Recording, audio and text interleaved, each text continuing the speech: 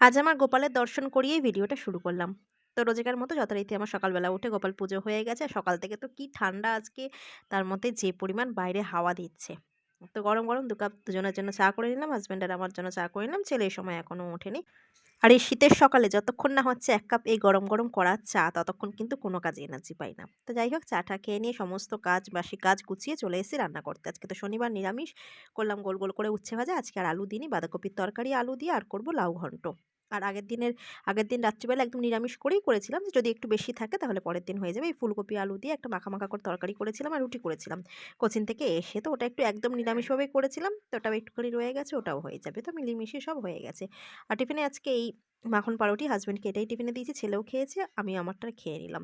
তো ওদিকে রান্নাবান্না সবকিছু কমপ্লিট। লাউয়ের তরকারিটা বসিয়েই টিফিনটা করেছিলাম। লাউ ঘন্ট, এই যে আগের দিনের তরকারি, উচ্ছে ভাজা, আর রয়েছে আলু দিয়ে বাঁধাকপির তরকারি।